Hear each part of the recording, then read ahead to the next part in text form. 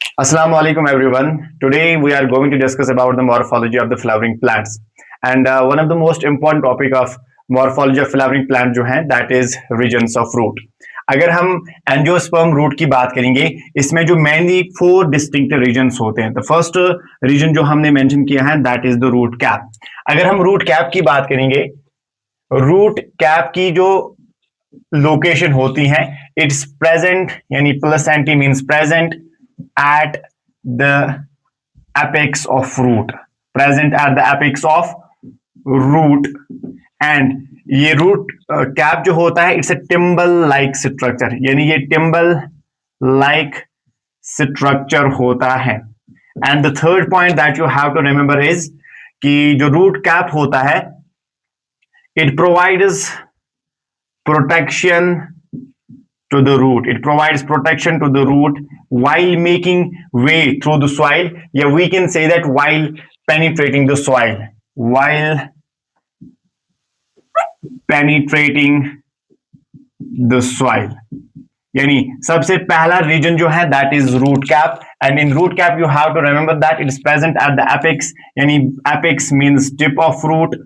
And it's a thimble like structure. And इसका जो काम होता है, इसका जो फंक्शन होता है that is to provide protection to the root while penetrating the soil. And यहां से आप लोग एक एक्स्ट्रा पॉइंट एड ऑन कर सकते हैं. जो रूट कैप होता है ये होता है एब्सेंट इन हाइड्रोफाइट्स, यानी रूट कैप जो होता है ये एब्सेंट होता है हाइड्रोफाइट्स में, या जिनको हम कह सकते हैं एक्वाटिक प्लांट्स में.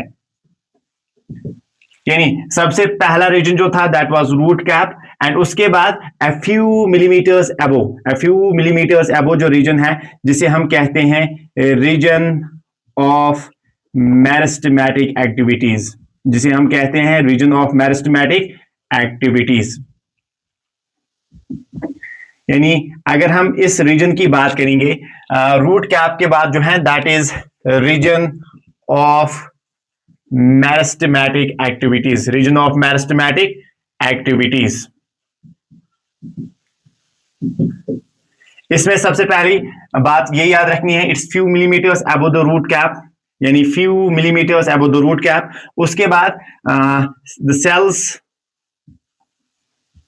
Present in the region of meristematic activity. The cells present in the region of meristematic activity, yeah, activities we can say. The cells present in the region of meristematic activities are very small. सबसे पहली बात ये याद रखनी है कि जो sales होते हैं वो वेरी स्मॉल होती हैं एंड वो थिन वॉल्ड होती हैं, यानी उनका जो वॉल होता है, सेल वॉल होता है वो थिन होता है. एंड उनके पास डेंस प्रोटोप्लाज्म होता है. क्या होता है? डेंस प्रोटोप्लाज्म, यानी उनके पास डेंस प्रोटोप्लाज्म होता है. एंड दे डिवाइड रिपीटेडली, यानी वो डिवाइड करते हैं रिपीटेडली. दैट इज वाई, यानी वो वाली cells which are present in the region of meristematic activities वो वेरी स्मॉल होते हैं, वो थिन वॉल्ड होते हैं एंड उनके पास डेंस प्रोटोप्लाज्म होता है एंड वो डिवाइड करते हैं repeatedly.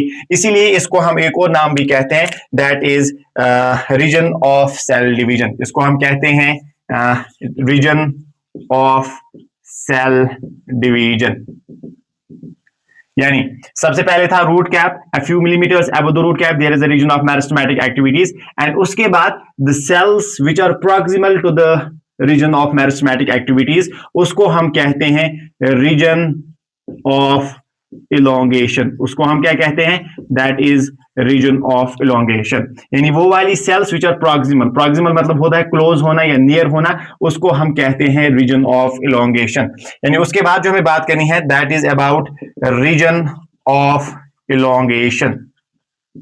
and in the region of elongation जो है the cells in the region of elongation, cells in the region of elongation undergo, यानी cells in the region of elongation, cells in the region of elongation undergo rapid elongation, and enlargement undergo rapid elongation and enlargement. Cells in the region of elongation undergo rapid elongation and enlargement and are responsible for the growth of root and are responsible for the growth of root. यानी यहां पे हम लोग directly ये याद रखेंगे, जो हमारे पास रीजन ऑफ इलोंगेशन होता है, it is responsible to increase the height of root. It is responsible to increase the height of root. यानी अब हमारे पास पहला रीजन जो था that was root cap, and above few millimetres above the root cap there is a region of meristematic activities, and region of meristematic activities is followed by the region of elongation and the cells which are present in the region of elongation. वो वाली sales यानी sales of reason, जो cells present होते हैं region of elongation में, वो dividing cells होते हैं. कौन सी सेल्स होती हैं? Dividing cells. And these dividing cells, जिनको हम मेरिस्टेमेटिक सेल्स भी कह सकते हैं, they undergo the process of differentiation. They undergo the process of differentiation and they become mature cells. They become mature cells, या जिनको हम permanent cells कहते हैं. Now you have to remember is कि जो cells which are present in the region of elongation, they undergo the process of differentiation. And differentiation क्या होता है? Where the cells take up the permanent shape, size and function and become mature cells. We can say that permanent cells. And उसके बाद the region which is proximal to the region of elongation, उसे हम कहते हैं region of maturation. One of the important region जो है that is region of maturation. Region of maturation जो होता है, some of the cells, अगर हम fourth region जो है that is region of maturation. That is region of maturation. Region of maturation की अगर हम बात करेंगे, from this region some of the epidermal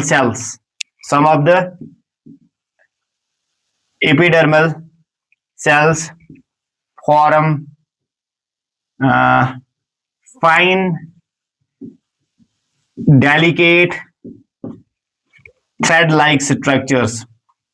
Form fine delicate thread-like structures known as root hairs. यानी उनको हम क्या कहते हैं?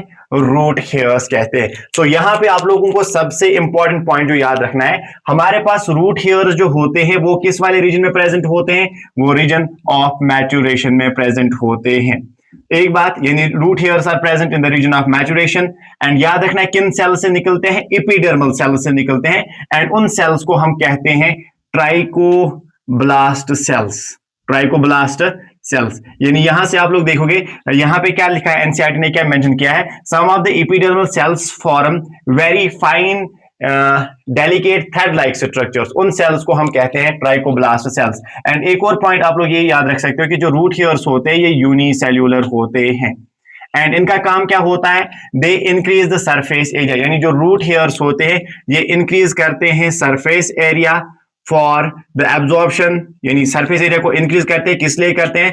For the absorption of water and minerals. For the absorption of water and minerals. So यहां पे आप लोगों को क्या याद रखना है कि हमारे पास जो रीजन्स ऑफ रूट होता है एंड जो स्पर्म का जो रूट होता है उसके पास टिपिकली 4 रीजन्स होते हैं. The first one is root cap. Root cap का काम क्या होता है? To provide protection to the root while penetrating the soil. And it's a timber like structure. किन में एब्सेंट होता है? हाइड्रोफाइट्स में एब्सेंट होता है.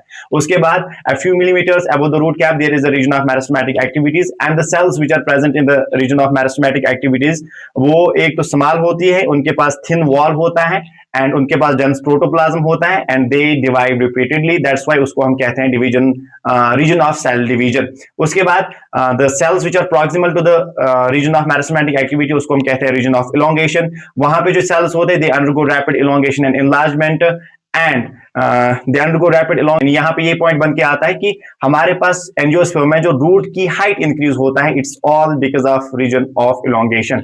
And the region of elongation is followed by the region of maturation and some of the epidermal cells, जिनको हम कहते हैं trichoblastic cells, form root hairs.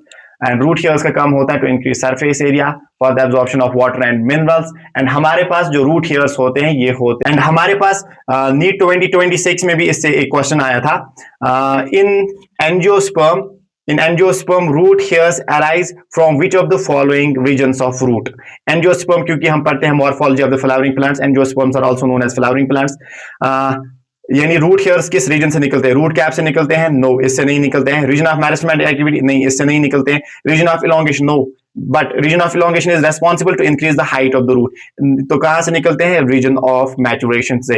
And we know that some of the epidermal cells form root hairs which increase the surface area for the absorption of water and minerals, and उन cells को हम कहते हैं ट्राइकोब्लास्टिक cells। तो हमारा answer बनेगा region of maturation।